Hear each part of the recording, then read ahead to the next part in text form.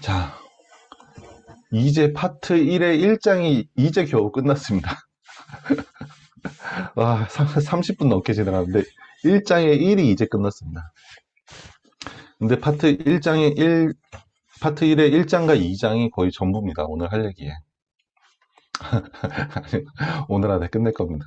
자, 2장에는 어떤 내용이 있냐면 사이렌과 율리시스. 사이렌 얘기는 대부분 아실 겁니다. 이제 사이렌은 게 바닷속에 사는 노래를 잘하는 괴물인데 그 율리시스죠. 여기 있네요. 율리시스가 자기는 이 노래를 너무 듣고 싶어가지고 자기를 돛에다가 매달라. 그리고 다른 이제 선원들은 귀를 다 막고서 항해를 했죠. 율리시스가 풀어달라고 계속 외쳤지만 어차피 선원들은 다 귀를 막았기 때문에 율리시스의 얘기를 못 듣고 율리시스는 바다로 뛰쳐들어가고 싶고 이제 그래서 사이렌이라는 동물이 있었는데 지금까지 이제 쓰이고 있는 거죠. 아무튼 뭐 그렇습니다. 모르시는 분들이 있을까봐 이걸 잠깐 드렸고요.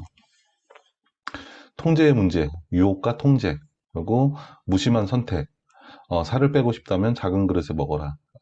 이거 많이 들으셨죠? 이 얘기도 조금 이따 드릴 겁니다. 두 자아의 대결, 계획하는 자아와 행동하는 자아를 통제하는 전략들, 그리고 심적 회계, 5달러가 있는데도 카드비 3,000달러를 갚지 않는 이유, 뭐 이런 얘기, 뭔 얘기 잘 모르시겠죠? 이제 들어가 보시면 아실 겁니다. 자, 아까 전에 처음에 자동 시스템과 수고 시스템, 지난주 그 책에서는 이제 변형계와, 뭐, 어, 뭐죠? 뭐, 아무튼, 그 이성적인, 전두엽, 뭐 그 얘기를 드렸었는데, 그것처럼 자동 시스템을 뭐라고 얘기하냐면, 행동하는 자라고 얘기를 합니다. 이 책에서는. 그리고 수고 시스템, 그러니까 이성적으로 생각하는 뇌는 계획하는 자라고 얘기합니다. 자동 시스템은 즉각적으로 하는 거죠. 그렇기 때문에 흥분을 동반하는 유혹적인 것에 즉각적으로 반응하는 그런 게 있는 거고, 이제 수고 시스템, 이성적이고 생각하는 거는 미래적인, 그죠? 현재적인 게 아니고 미래적인 거고, 그래서 장기적인 번역과 증진을 하고자 하는 그런 시스템이 있다고 얘기를 합니다. 그래서 책에는 어떤 얘기가 나오냐면, 우리는, 흥분했을 때, 흥분했을 때 더 많은 소비를 하게 된다. 소비라는 거는 즉각적인 거죠. 그죠? 자동 시스템에 의한 거죠. 근데 흥분을 동반하는 유혹을 못 견디는 겁니다. 그러니까 흥분돼 있는 상태에서는 소비를 더 많이 하게 된다는 겁니다. 그리고 이 자동 시스템, 현재, 미래, 흥분, 장기적인 번영과 증진, 이게 항상 상충된다는 건데, 우리가 생각해 볼 문제는 현재를 살라라는 얘기가 많이 있죠. 현재를 살라는 얘기가 많이 있는데, 저는 현재도 살아야 되지만 미래도 살아야 된다고 항상 얘기하는 사람입니다. 계획을 세워야 되고, 계획에 따른 실천을 해야지 멀리 있는 성공이 한 발짝 다가온다라고 얘기를 하는 사람인데, 그러면 나의 미래를 위해서 현재의 유혹을 이겨내고 있는가라는 질문을 좀 해보셨으면 좋겠습니다. 이건 또 아까 뭔 얘기랑 연관이 되냐면, 아까 뭐였죠? 어, 현재의, 뭐였죠? 아까 비슷한 질문이 있었는데, 아무튼 그런 게 있었습니다. 그렇죠, 그렇죠. 미래에 있는 그 책을 보기 위해서 드라마를 포기할 수 있냐, 이런 거는 똑같은 문제죠. 그죠? 이런 거 잘 포기를 못 합니다, 사람들이. 그러니까 현재적 흥분을 잘 포기를 못하기 때문에 미래에 할 수 있는 게 점점 줄어드는 거죠. 근데 어느 정도는 현재 해야 되는 걸 포기하는 게 맞다고 생각합니다. 넷플릭스 참 큰 문제입니다. 그래서 다 봐버렸습니다. 더 이상 볼 게 없어서 넷플릭스는 지웠습니다. 이제, 자, 이런, 이제 유혹에 대한 저항, 이런 게 있습니다. 보시면, 크리스마스 클럽이라는 게 있는데, 이건 미래에 대한 거죠. 그러니까 연중에 크리스마스 클럽이라는 뭐 저축 상품이 있다 그럽니다. 우리나라에는 없는 거죠. 인출이 불가하다 그럽니다. 이자율도 거의 없습니다. 거의 0%에 가깝고. 근데 사람들은 여기에 가입을 상당히 많이 했다 그럽니다. 왜 그러냐면 크리스마스 그 돈을 이제 인출이 불가하다는 그 매력도 때문에 크리스마스 때만 이제 인출을 할 수 있는 거죠. 어차피 한번 시작하면 인출할 수 없는 겁니다. 그래서 그 미래에 돈을 쓰기 위해서 이런 저축을 많이 들었다는 얘기가 나오고요. 그리고 눅눅한 팝콘에 대한 얘기가 나오는데 실험을 하기 위해서 눅눅한 팝콘을 만들어서 영화관에서 나눠줬다 그럽니다.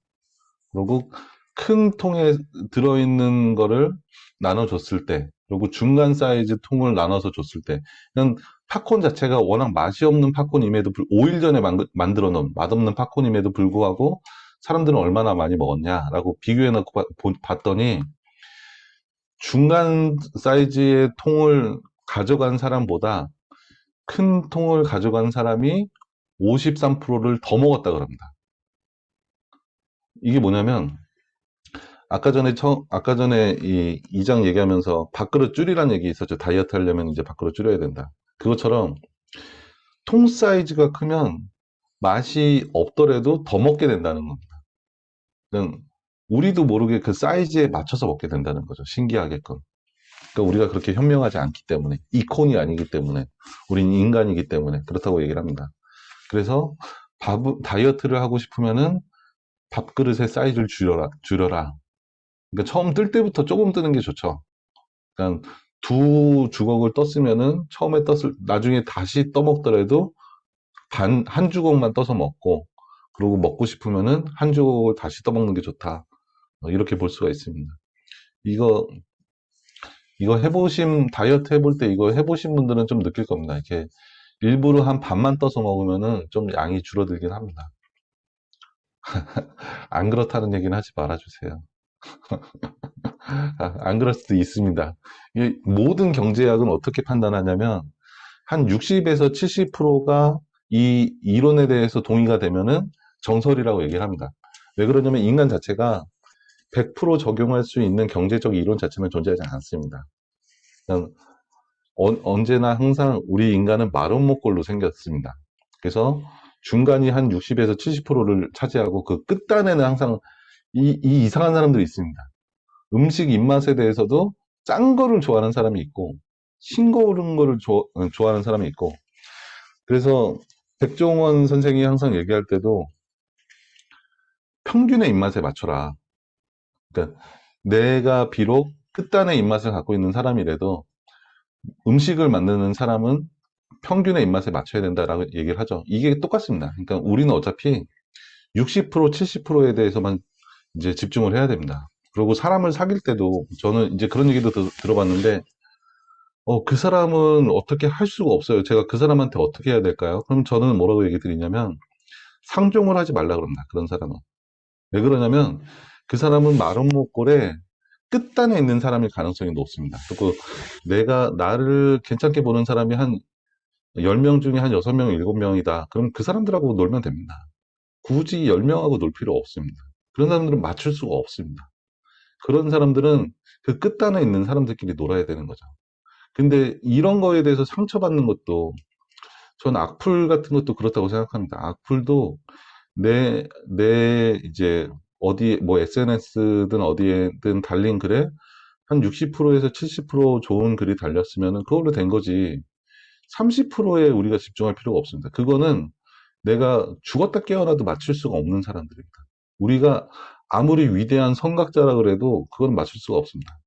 그 위대한 예수님도 싫어하는 사람 엄청 많습니다. 종교 얘기를 하면 안 되는데. 저는 무교입니다. 저는 종교가 없습니다. 자, 이제 다시 본론으로 들어가서 돈을 걸고 다이어트 한 예시가 책에도 나오는데, 뭐냐면 이제 다이어트를 할 때 상대방과 이제 돈을 걸고서 하면은 그 돈을 손실회피를 하기 싫어서 이제 다이어트를 한다. 뭐 이런 얘기가 있습니다. 저는 이제 중학교 때 친구들하고 하루에 영어 단어 20개 외우기 내기를 했었는데, 그때는 벌칙이 뭐였냐면 맞기였습니다. 뒤지게 맞기. 이제 그걸 했었는데, 안 맞으려고 3명이서 했었는데, 진짜 열심히 외웠습니다. 맞는 게 싫어가지고. 그래서 진짜 거의 매일 20개의 단어를 외웠습니다. 매일 시험을 봤습니다. 우리 셋이서. 친구 시켜가지고. 근데 그렇게 하니까 정말 하루에 20개의 단어를 외워지더라고요. 그래서 돈을 걸던 저처럼 이제 막기 이런 걸 좀 하시던 해가지고 하시는 것도 저는 괜찮다고 생각합니다. 친한 친구랑 뭐 서로 이제 5kg씩 빼기 이런 거 하시는 거 괜찮다고 생각합니다. 그리고 이거 유혹에 대한 파트이기 때문에 이런 것도 나옵니다. 뜻밖의 횡재는 충동적 구매로 이어짐. 그러니까 그런 얘기 많이 하죠. 이제 로또 당첨된 사람 중에 잘 사는 사람 한 명도 없다. 이건 거의 맞는 얘기입니다. 뭐 100%는 아니지만 그 돈을 잘 유지하고 있는 사람이 거의 없습니다. 왜 그러냐면 그게 일시적으로 뜻밖의 횡재로 들어온 거죠. 그리고 뭐 길 가다가 주순 돈 한 번씩 주워 보셨을 겁니다. 돈 한 번 주수면은 그 돈은 금방 사라집니다. 뜻밖의 횡재, 충동적으로 저 뜻밖의 횡재의 돈을 얻게 되면 이상하게 그 뭐 며칠 안 가서 그 돈은 바로 쓰게 됩니다. 근데 내가 일을 해서 번 돈은 그렇게 잘 안 쓰죠. 그렇습니다. 그리고 여기 계신 분들은 아마 거의 대부분 이제 다이어트를 생각하고 계실 텐데 저도 지금 다이어트 시작했고 나의 밥그릇 사이즈는 어떠한지 오늘 내일 슈퍼 가셔가지고 아이용 밥그릇을 하나 사오세요. 초등학생용 밥그릇을. 그래서 거기다가 드셔보시길 바랍니다. 자, 이제 3장. 여기는 이제 심리학적인 게 많이 나옵니다. 이제 동조 효과. 이것도 이제 심리학에서 원래 많이, 나오는 얘기고, 조명 효과, 이런 것도 심리학에서 많이 다루는 얘기입니다. 무작위와 예측 불가능성. 이건 좀 얘기 드리고, 어, 자, 들어가 보시죠. 이건 목차만 봐서는 잘 이해가 안 되실 거라서, 여기 사진을 먼저 보겠습니다. 사람들이 이거 TV에서 실험한 적도 있는데 우리나라 텔레비전에서 실험한 적도 있는데 그 돈을 주고 사람들을 엑스트라들을 다 사서 이렇게 한쪽을 보게 해놓습니다. 그러면은 지나가던 사람이 그쪽을 보게 됩니다.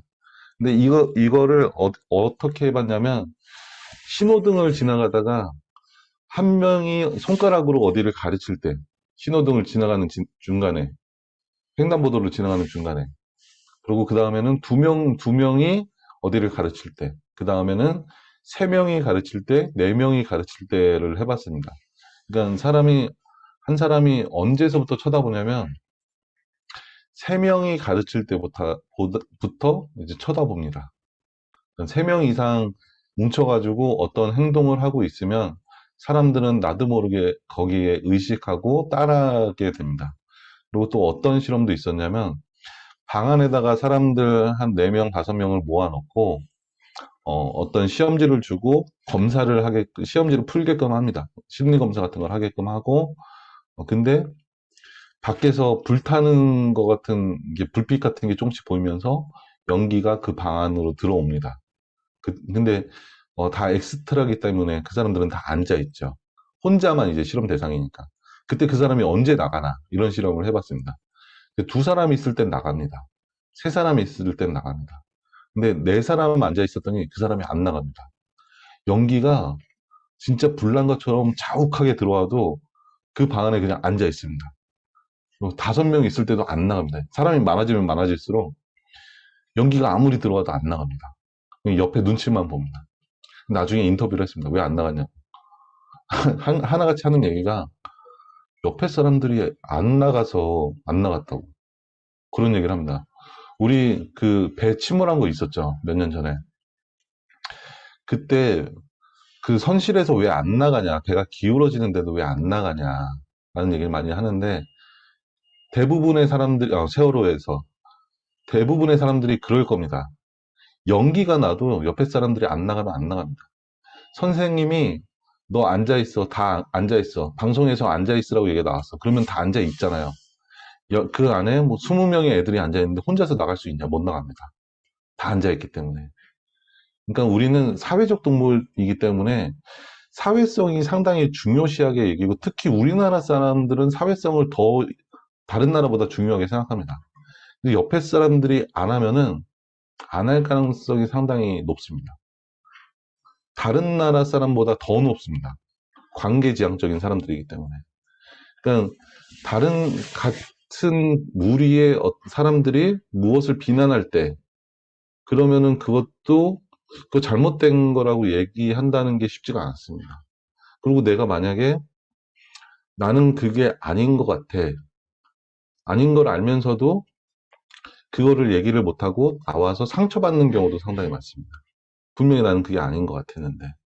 그리고 저한테 이제 상담하시는 분들 보면 그런 경우 상당히 많으세요. 그 자리에서는 말은 못했지만 나는 분명히 그 자리에서 아닌 것 같았다. 근데 다들 그렇게 하니까, 그냥 어떤 이제 고민거리를 얘기하실 때 관계 속에서 다들 그렇게 하시는데 나만 내가 잘못된 건가요? 라는 얘기를 많이 하세요. 근데 그게 잘못된 게 아닌 거거든요. 그냥 우리가 관계적인 동물이고 사회성이 워낙 높은 동물이고 특히나 우리나라 사람들은 더 그렇기 때문에 그 얘기를 잘 못하는 것 뿐이지 그게 잘못된 게 아니라는 인식을 좀 가졌으면 좋겠습니다. 여기 한 100명 들어왔어. 이런 얘기할 때 좀 한 100명 들어왔으면 좋겠다, 진짜. 진짜 그렇습니다. 진짜 가슴 아픕니다. 그래서 저한테 상담하실 때 그런 얘기 들으면은 그거 잘못된 거 아니라고. 그냥 그런 사람들이 있을 뿐이라고. 그냥 아닌 건 아니라고 얘기를 하세요. 라고 얘기를 해요. 근데 그래도 그걸 잘 실천 못 하세요. 그리고 항상 힘들어 하세요. 그런 것 때문에. 그래서 그런 얘기 들을 때마다 가슴이 많이 아픕니다. 그래서 항상 용기 붙들어 드리고, 그렇습니다. 근데 다음에 상담을 또 해보면 그분은 역시나 또 힘들어 하세요. 못 고치세요. 이게 참 힘든 얘기입니다. 그래서 이런 거, 여기 그림에 있는 거, 이거는, 그래? 뭐 그런가 보지 하고 넘어갈 수 있지만 이런 관계 속에서, 우리가 살아가는 관계 속에서 생각해 보면 상당히 깊이 생각해 봐야 될 문제입니다. 우리 심리 전반에 이런 게 깔려 있다는 겁니다. 이건 심리학자들이 얘기를 상당히 많이 하는 부분입니다. 자, 얘기가 좀 길어졌고요. 음, 개를 보고도 고양이라고 말하는 이유. 이게 집단 동정인 거죠. 사람들이 다 개라 그러면 나는 고양이라고 말하면 나는 개라고 말하고 싶지만 결국에는 고양이라고 얘기를 합니다. 음, 음, 학습이 되게 심하죠, 우리나라는. 단체에 대한. 그리고 시족사회죠, 우리나라는 사실. 원래 조선시대까지는 부족사회였죠. 허씨 마을이 있었고, 김씨 마을이 있었고, 뭐, 어디 뭐 전주 이씨 다 그렇잖아요. 뭐 어느 지역 무슨 김씨, 어느 지역 이씨 막 이렇잖아요. 이게 원래 불악사회였다는 거죠. 그죠? 이런 걸 반증하는 거죠. 그렇기 때문에 더욱 그렇습니다. 뭐 동네 사람들이 다 아는 사람들인데요. 저도 김해옷인데 김해옷이 마을이 있습니다. 아직까지도 있습니다. 거기 가면 다 어, 허씨입니다. 그리고 거기 가면 허필선 형이 또 있습니다. 저희 할아버지가 허필선이란 이름을 몇 년 전에 지어주시고, 제가 태어나서 또 허필선이라는 또 지어주셔서, 거기 가면 허필선이 2명입니다. 네, 그렇습니다. 자, 이거 한번 읽어보시죠. 전통은 시간이 지날수록 더욱 굳건해질 수 있으며, 따라서 그 본질적인 임의성에도 불구하고 수많은 사람들이 따르게 된다는 사실을 입증해 보였다. 자, 이 내용을 이제 어느 파트만 이제 끌고 온 건데, 그 전통이 옳은 것이 아니다라고 그래도 이게 시간이 갈수록 동조현상에 의해서 한 사람이 이 전통을 따르고, 두 사람이 따르고, 세 사람이 따르고, 100사람이 따르고, 1000사람이 따르면 굳건해진다는 거죠. 사회에서는 이게 상당히 많습니다. 잘못된 게 그냥 그대로 유지가 되는 거. 그리고 점점 더 많은 사람이, 그 사회에 새로 소속된 사람은 그걸 따를 수밖에 없게 되는 그런 게 상당히 많습니다. 잘못된 것임에도 불구하고. 그리고 이게 잘못됐다라고 얘기하는 순간, 너는 왜 그게 잘못됐다고 얘기하냐? 라고 얘기하는 게 상당히 많습니다. 이게, 어, 끈끈하게 이어진 사회면 사회일수록 더 그렇습니다. 특히 학교, 그죠? 학교라든지, 사람들의 관계가 오래된 장소, 그런 데선 특히 더 그렇습니다. 생각해 볼 문제로는 이것 좀 생각해 보셨으면 좋겠습니다. 나는 사람들이 보고 있을 때 아니오라고 얘기할 수 있는가? 저는 이거 자주 하는 편이거든요.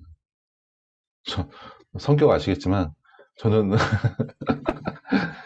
이런 얘기 자주 합니다. 그리고 사람들한테 잘못됐다, 그거 아니다 라는 얘기 자주 합니다.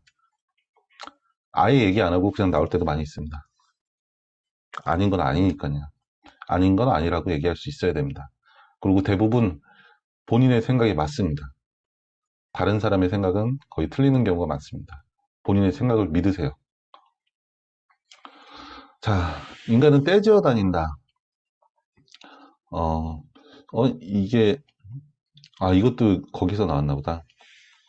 음, 어, Don't mess with the Texas. 요 전에 이 텍사스가 워낙 지저분한 도시가 돼서 표어가 있었는데 그 전에 표어는 잘 먹히지가 않았습니다. 근데 텍사스에서 표어를 바꿨는데 Don't mess with the Texas 이게 뭐냐면 텍사스를 더럽히지 말라고 이 미식 축구 선수였나? 이런 건장한 사람들이 나와서 이런 얘기를 했습니다. 그리고 영화 영화 배우도 나와서 이런 얘기를 하는 광고를 계속 송출을 했습니다. TV를 통해서. 그랬더니 이게 점차 일파만파가 되면서 텍사스가 점점 깨끗해지기 시작했습니다. 그래서 1년 후에는 29%의 쓰레기가 줄어들었고 6년 후에는 72%의 쓰레기가 줄어들었다고 합니다. 그리고 2006년도에 가장 사랑받는 표로 됐다고 합니다. 그러니까 이게 한번 물결을 타고 이게 사람들한테 이게 알려지기 시작하면 이게 지속해서 나갈 수가 있다는 거죠. 그러니까 캠페인의 중요성을 얘기하고 있습니다. 잘 만들어진 캠페인은 사람들의 행동 양식을 상당히 크게 바꿀 수 있다. 그러니까 아무리 뭐 청소를 하고 그래도 안 되던 것들이 캠페인 하나만 제대로 해서 사람들의 마음을 움직일 수만 있으면 이 동조 효과 때문에 상당히 많은 것이 바뀔 수가 있다라는 얘기가 책에서 나오고 있습니다. 어, 그리고 이거는 이제 캘리포니아주에서 전력 소비를 줄이기 위해서 처음에는 어떻게 했냐면 다른 사람보다 당신이 얼마나 조금 쓰고 있는지 아니면 많이 쓰고 있는지를 했습니다. 그때는 전력량이 그렇게 많이 줄어들지 않았습니다. 왜 그러냐면 조금 쓰는 사람이 당신은 평균보다 30% 적게 쓰고 있습니다. 이런 걸 이제 듣는 겁니다. 들었더니 오히려 이 사람들이 많이 쓰는 거예요. 나 평균보다 적게 쓰고 있어? 좀 더 써도 되겠는데? 이런 것 때문에 많이 쓰게 된 거죠. 비교를 하다 보면 평균치에 쫓아가려는 현상이 나타나는 거죠.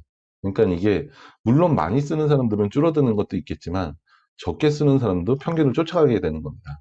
그래서 어떻게 바꿨냐면 소비 전력이 좋은 사람한테는 웃는 마크를 보여주고 소비 전력이 높은 사람한테는 우는 마크, 화내는 마크를 보여줬습니다. 그랬더니 소비율이 많이 줄어들었다고 합니다.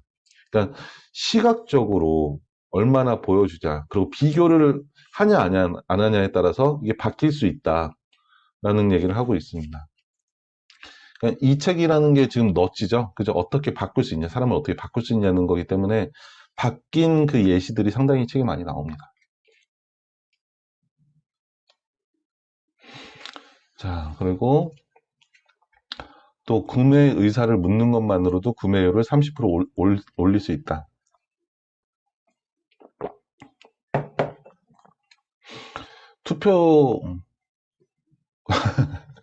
투표입니다. 투표를 하러 가시겠습니까? 라고 물어봤더니, 그러니까 투표하기 전에 가시겠습니까? 그러면 언제 가시겠습니까? 그런 식으로 물어봤다 그럽니다. 사람들한테. 그랬더니 투표율이 25%가 올라갔다 그럽니다. 그리고 사람들한테 향후 6개월 안에 새 차를 구매할 의사가 있습니까? 이 후속되는 질문도 있습니다. 이 질문이 하나가 아니고. 그랬더니 35%가 올라갔다 그럽니다. 구매율이. 그리고 파상풍 주사를 언제 맞으러 가시겠습니까? 이것도 이제 구체적인 질문이 있고요. 이런 걸 물어봤더니 파상풍 주사를 맞으러 가는 사람들이 25%가 올라갔다 그럽니다. 그러니까 질문을 하는 것만으로도 이 행동을 바꿀 수 있다는 얘기가 책에 나오고 있습니다. 그래서 저는 생각해 본 게 뭐냐면 유튜브에 구독과 좋아요 눌러주세요. 이 문구 상당히 중요합니다. 오늘 강의가 좋았으면은 단톡방에다가 강의에 대한 평을 한 줄이라도 남겨주세요. 이거 하는 거랑 안 하는 거랑 상당히 틀립니다. 뭔 말인지 아시죠? 이따 남기란 얘기입니다. 그래서 유튜브 하시는 분들은 구독과 좋아요 문구를 꼭 넣어주시고요. 그리고 팔로우하라고 직접 물어보시고요. 뭐 어디 단톡방에 가면 저 유튜브 개설했는데 팔로우 하셨어요? 라고 물어봐 주시면 좋고, 좀 더 자세히 물어보면 더 도움이 됩니다. 왜 그러냐면 내가 머릿속에서 계획을 세우기 때문입니다. 내가 계획을 세우기 때문에 언제 할 건지, 그리고 그때는 뭐 어떻게 되는 건지 상세적인 것까지 물어보면은 더 도움이 됩니다. 이런 거를 한번 해보시면 좋을 것 같고요. 자, 이제 거의 끝났습니다. 1시간 넘어갔네요. 한 10분 정도 하면 끝날 것 같습니다. 자, 아직도 파트 1이 안 끝났습니다. 큰일 났습니다. 파트 4까지 있는데, 파트 1이 안 끝났습니다. 자, 너츠가 필요한 순간. 음, 책에서는 4주 가지 않습니다. 오늘 안에 끝납니다. 금방 끝납니다.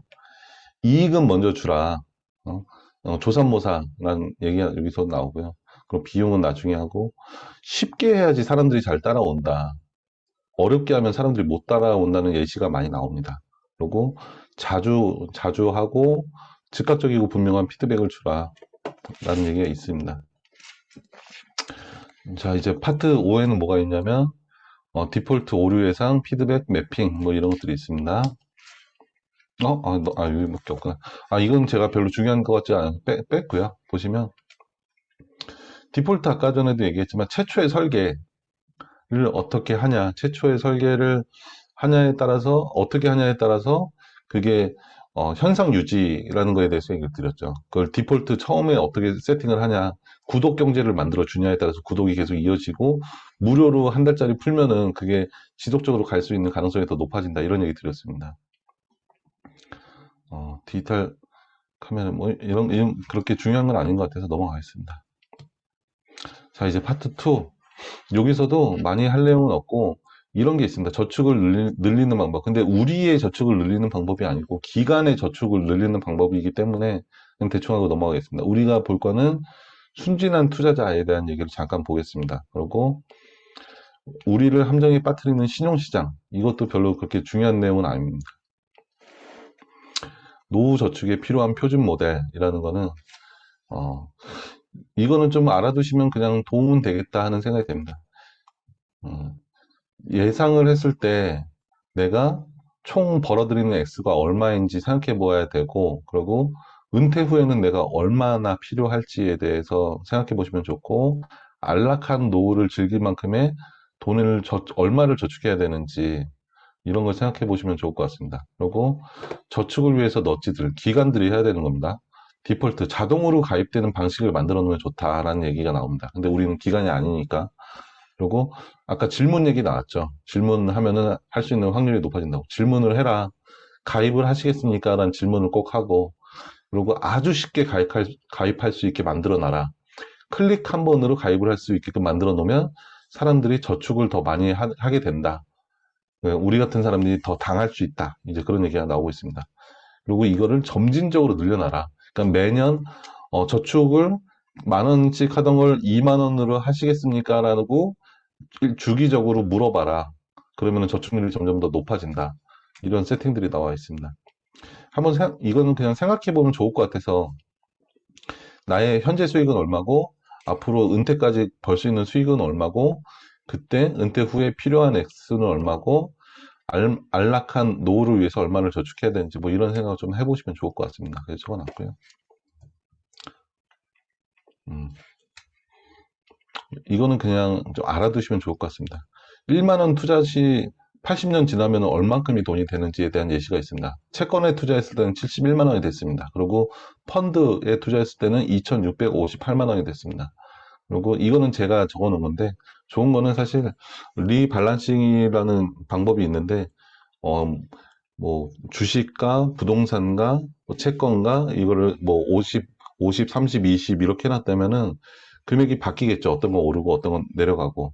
이거를 1년에 한 번씩 퍼센테이지를 다시 맞춰주는 거. 이런 거 좋다. 이거는 나중에 좀 경제 공부하실 때가 있으시면은 한번 나중에 알아보시면 좋을 것 같고요.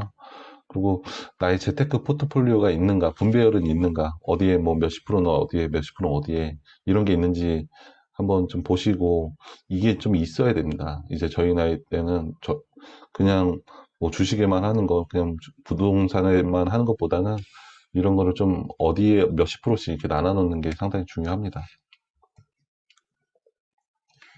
투자자를 위한 조언이 있는데, 테이블을 떠나기 전에는 절대 돈을 세지 말라. 그러니까 돈을 뽑지 말라. 주식을 한번 샀으면은 웬만해서는 찾지 말라.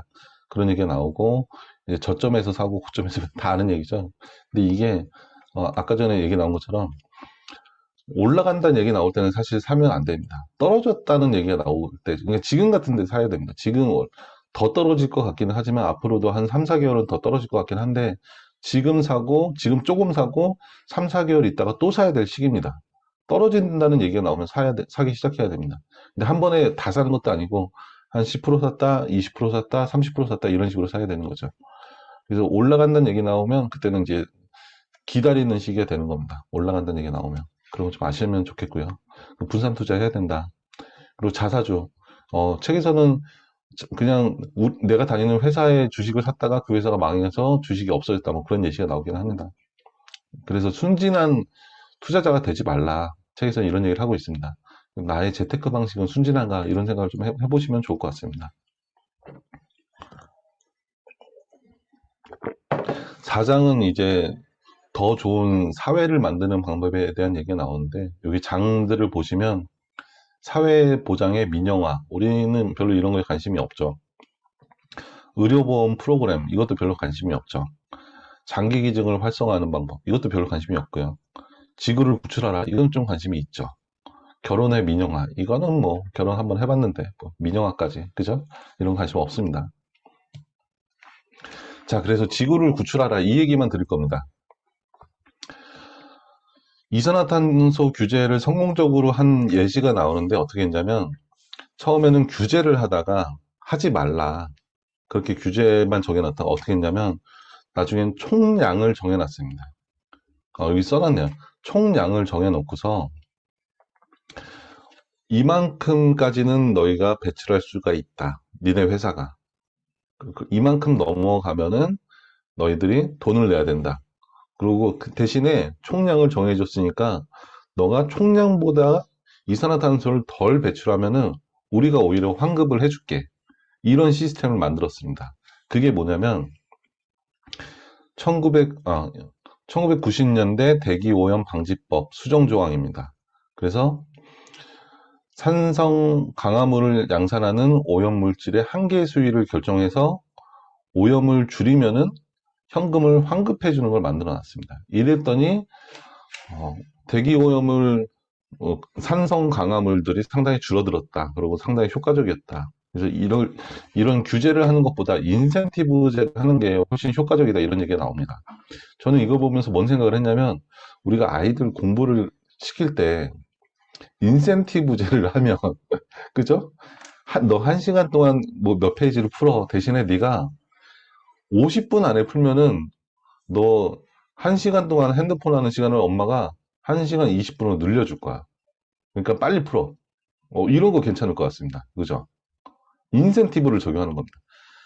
공부하는데 너무 오랜 시간을 들이는 애는 너가 이걸 얘가 보통 한 2시간짜리 하는 애인데 1시간 안에 끝내. 그러면 엄마가 거기에 대해서 용돈 올려줄게. 2,000원 줄게, 2,000원.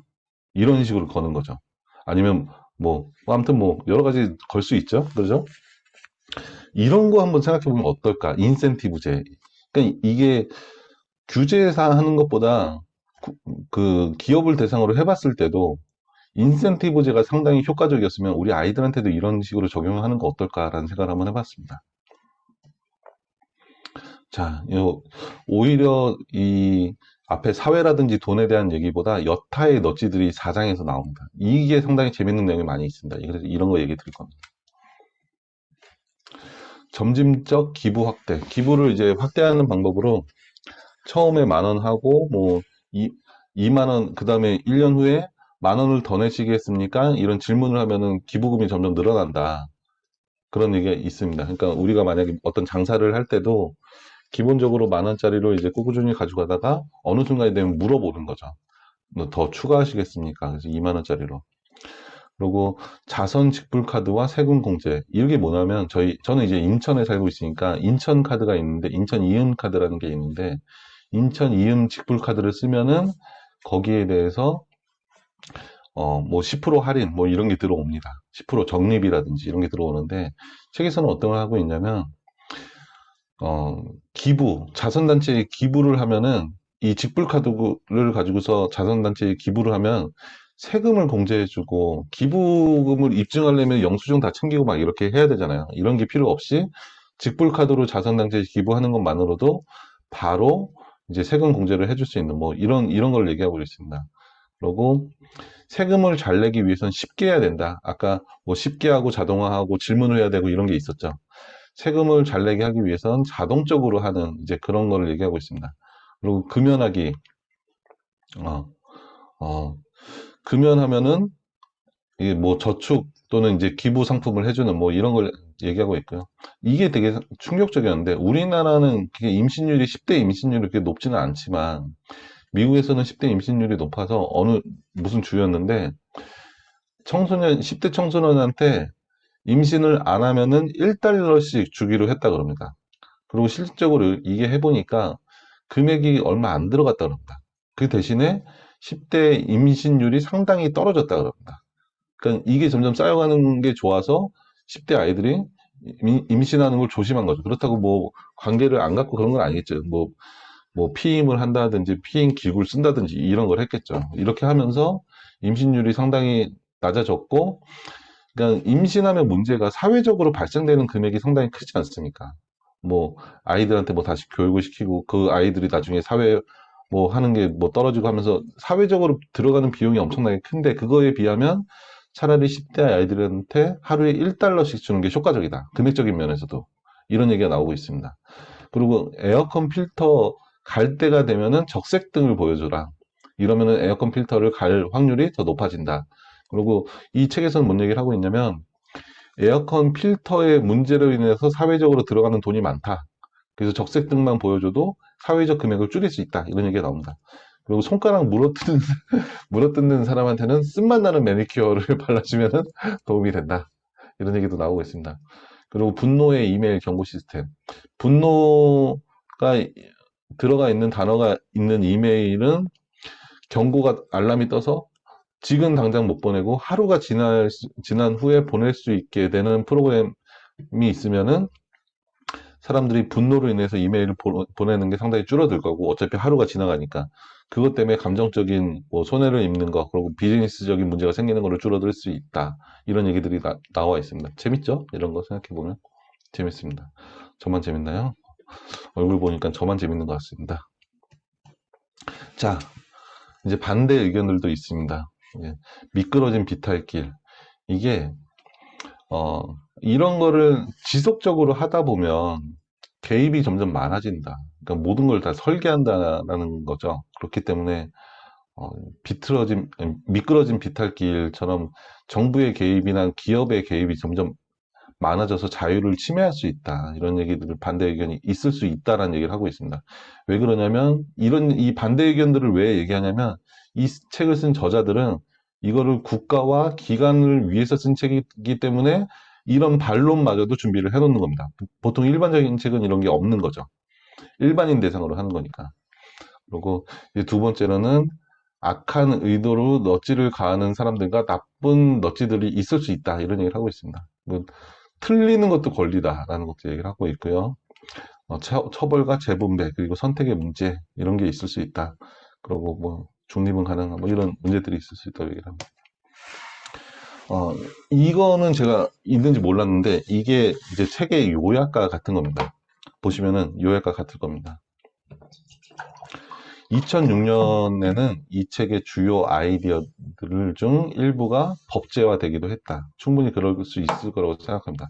국가라든지 기업이라면 이런 지금 보시면 이제 상당히 많은 게 나왔는데 그런 것들이 국가와 기관에서 이용할 수 있는 게 상당히 많다고 생각합니다.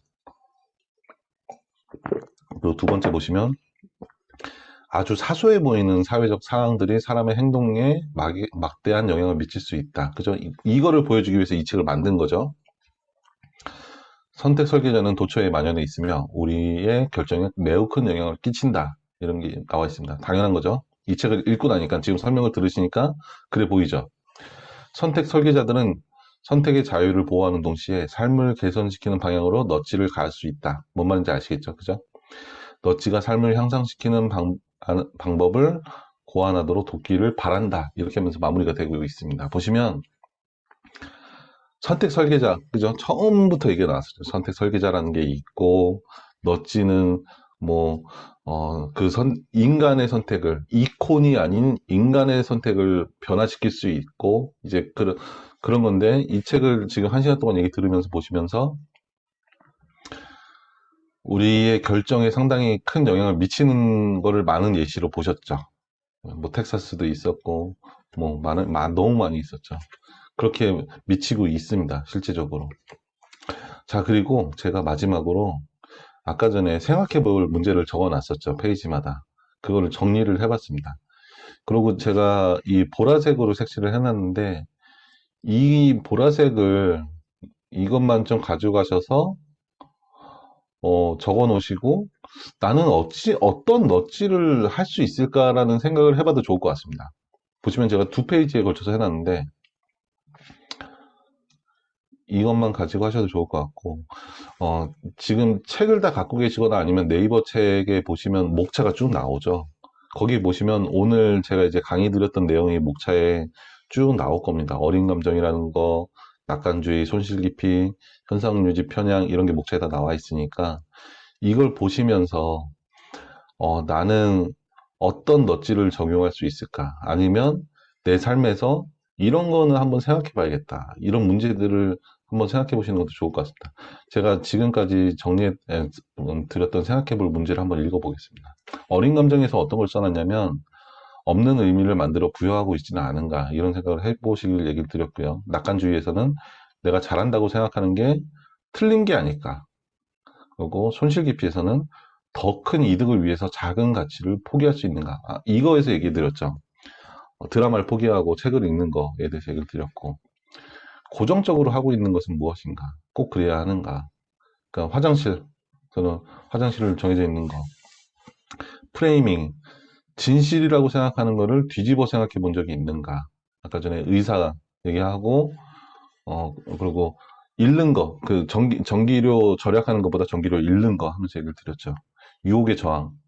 나의 미래를 위해 현재의 유혹을 이겨내고 있는가? 이것도 아까 똑같이 넷플릭스 그런 얘기 나왔었고. 밥그릇. 이건 기억나시죠? 밥그릇은 기억나. 밥그릇은 초등학교 밥그릇으로 바꾸시고, 나는 사람들이 보고 있을 때 아니요라고 얘기할 수 있는 거예요. 정말 중요합니다. 아무리 생각해도 이거는 정말 중요합니다. 내가 옳다고 생각하는 것은 항상 옳은 겁니다. 그거는 누가 뭐라 그래도 그거는 절대 옳은 겁니다. 그냥 그걸 믿으세요. 남의 의견을 수용하지 마세요. 그럴 필요 없습니다. 그리고 남이라는 거 참 그런 게 뭐냐면, 남이라는 그 사람이 엄청 똑똑한 사람도 아니에요, 보면.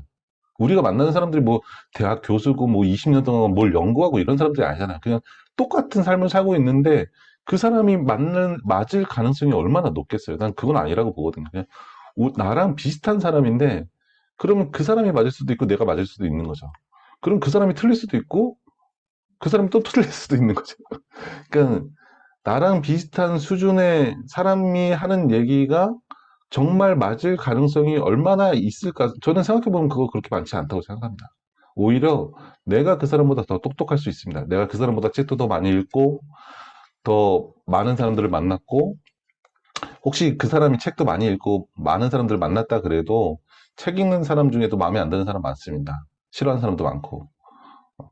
그런 사람들 얘기 듣지 마세요. 우리 근처에 있는 사람들이 그렇게 잘난 사람들 아닙니다. 그냥 자신이 생각하는 걸 좀 믿으셨으면 좋겠습니다. 제발 좀 믿으셨으면 좋겠습니다.